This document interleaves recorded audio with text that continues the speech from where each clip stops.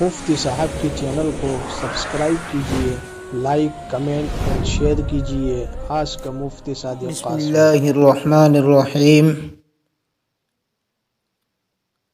اگر امام صاحب نے ظہر کی نماز میں زور سے قرات کر لی، بلند آواز سے قرات کر لی، تو کیا سجدہ سہو لازم ہوگا؟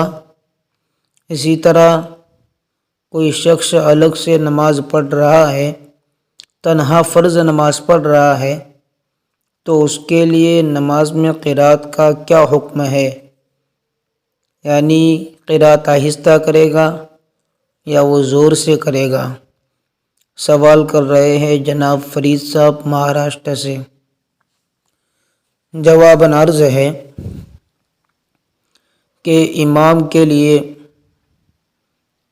جہری نمازوں میں یعنی مغرب، عشاء اور فجر کی نماز میں جن نمازوں میں قرات زور سے کی جاتی ہے اس میں زور سے قرات کرنا واجب ہے۔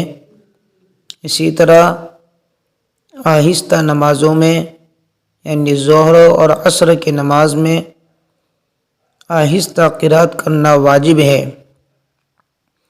اگر وہ ظہر اور عصر کی نماز میں زور سے قرات کرتے ہیں، اسی طرح مغرب، عشاء اور فجر کی نماز میں آہستہ قرات کرتے ہیں اور اتنی قرات کر لیتے ہیں جتنی قرات سے نماز درست ہو جاتی ہے، یعنی 3 چھوٹی آیتیں اور ایک بڑی آیت جس کی مقدار ہوتی ہے کم سے کم 30 حروف۔ اگر اتنی قرات انہوں نے کر دی تو ایسی صورت میں امام صاحب کے اوپر سجدہ سہو واجب ہوگا۔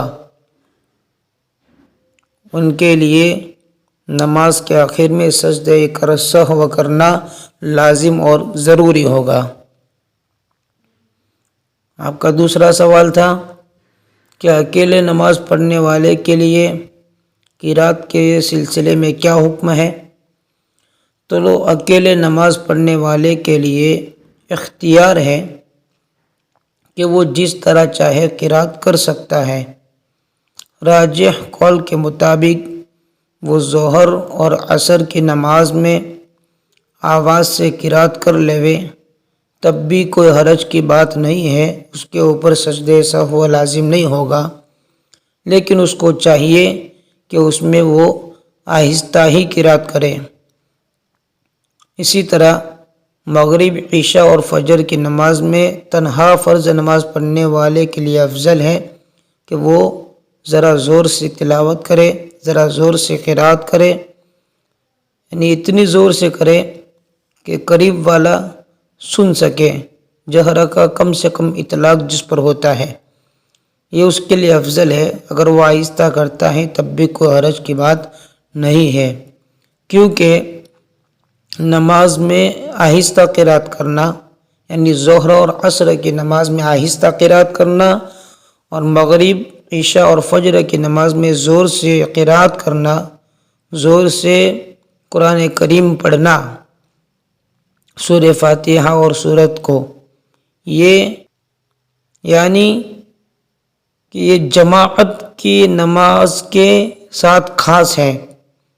جماعت کی نماز ہوگی اسی کے ساتھ یہ حکم خاص ہے، تنہا نماز پڑھنے والے کے لیے یہ حکم نہیں ہے، لہذا تنہا نماز پڑھنے والے کی نماز کسی بھی صورت میں بغیر سجدہ سہو کیے ہوئے درست ہو جائے گی۔ فقط واللہ تعالی عالم بالصواب۔